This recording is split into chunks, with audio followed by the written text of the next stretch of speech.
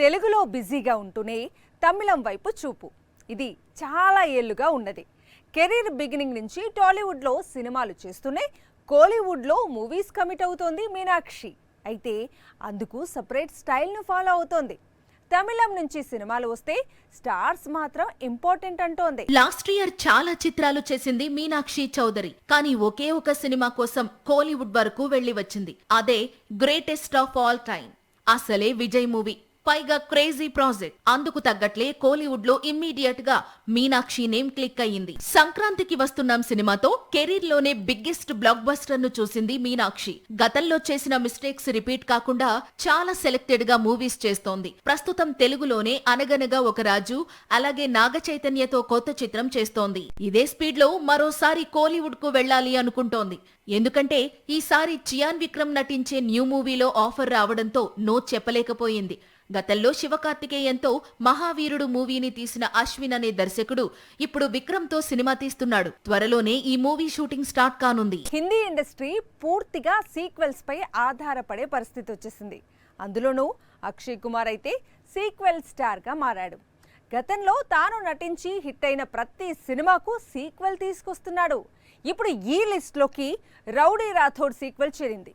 Rowdy Rathod అంటే ఇక్కడ విక్రమార్కుడు మూవీకి రీమేక్. రాజమౌళి డైరెక్షన్, రవితేజ హీరోగా వచ్చిన టాలీవుడ్ బ్లాక్ బస్టర్ విక్రమార్కుడు. జక్కన్న టేకింగ్ కు టాలీవుడ్ ఫిదా అయిన రోజులవి. విక్రమార్కుడు పాత్రలో రవితేజ మాత్రమే నటించగలడు అనే వినిపించిన రోజులవి. అందుకే ఈ సినిమాకు సీక్వెల్ చేయాలని రాజమౌళికి తనకున్న కమిట్మెంట్స్ తో కుదరటం లేదు.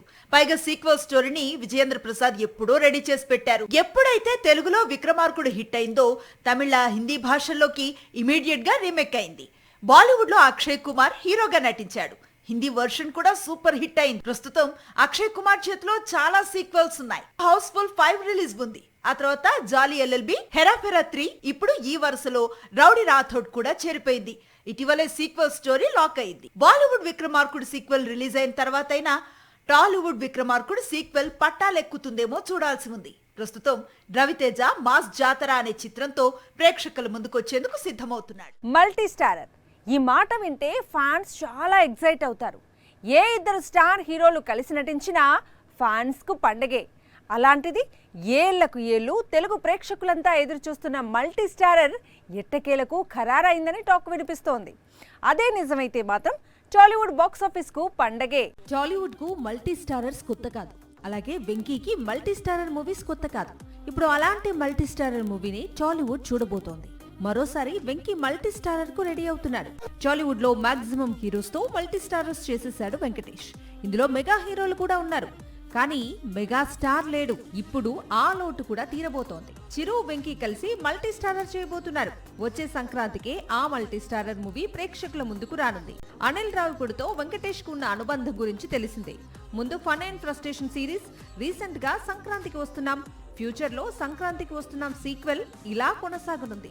ఈ రిలేషన్ తోనే చిరుతో అనిల్ తెరకెక్కిస్తున్న చిత్రంలో వెంకీ ఎంట్రీ ఇస్తున్నాడని సమాచారం. అనిల్ రావిపూడి మేకింగ్ లో చిరు నటించే చిత్రంలో చిరునే హీరో. కాకపోతే వెంకటేష్ గెస్ట్ అపియరెన్స్ ఇస్తాడు. ఈ అపియరెన్స్ చాలాసేపు ఉండనుందని సమాచారం. ఒక పాట, ఫైట్ కు వెంకీ గ్రీన్ సిగ్నల్ ఇచ్చాడట.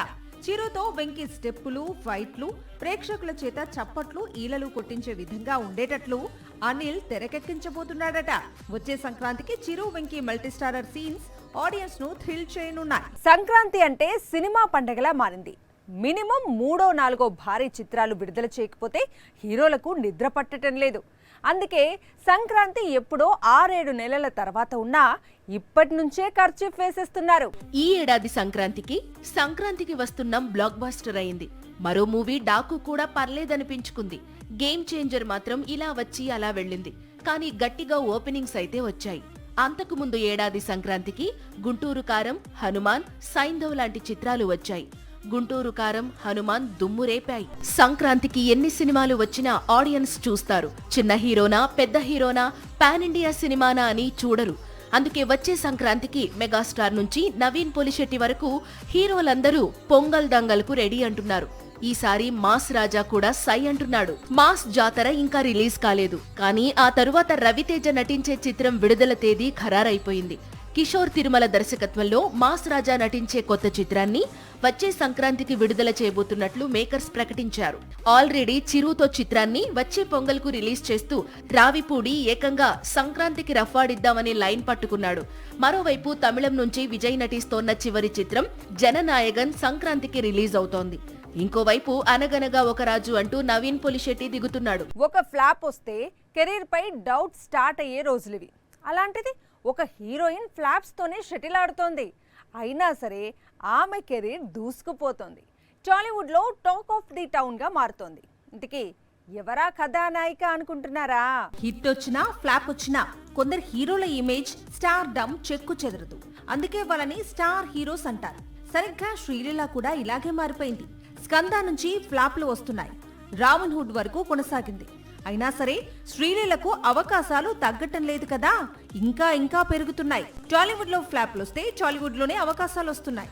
కోలీవుడ్ బాలీవుడ్ నుంచి కూడా డేట్స్ డిమాండ్ వచ్చేసింది. దాంతో శ్రీలీల కెరీర్ పై కూల్ గా కనిపిస్తోంది. రాబిన్ హుడ్ పోయినా చేతిలో మాస్ జాతర, లెనిన్ లాంటి చిత్రాలు ఉన్నాయి కదా అంటోంది. ఇక బాలీవుడ్ లో ఆషికీ 3 లాంటి బిగ్ ఫిల్మ్ చేస్తోంది. అక్కడి లేటెస్ట్ సూపర్ స్టార్ కార్తిక్ ఆర్యన్తో జోడీ కడుతోంది. ఇక కోలీవుడ్ లో శివకార్తికేయన్తో కలిసి పరాశక్తి అనే మూవీ చేస్తోంది. ఇవి కాకుండా తెలుగులో నాగ చైతన్య నటించే కొత్త చిత్రంలోనూ శ్రీలీలనే కథానాయికగా అనుకుంటున్నారట. అలాగే మరికొన్ని సినిమాలు చర్చల దశలో ఉన్నాయట.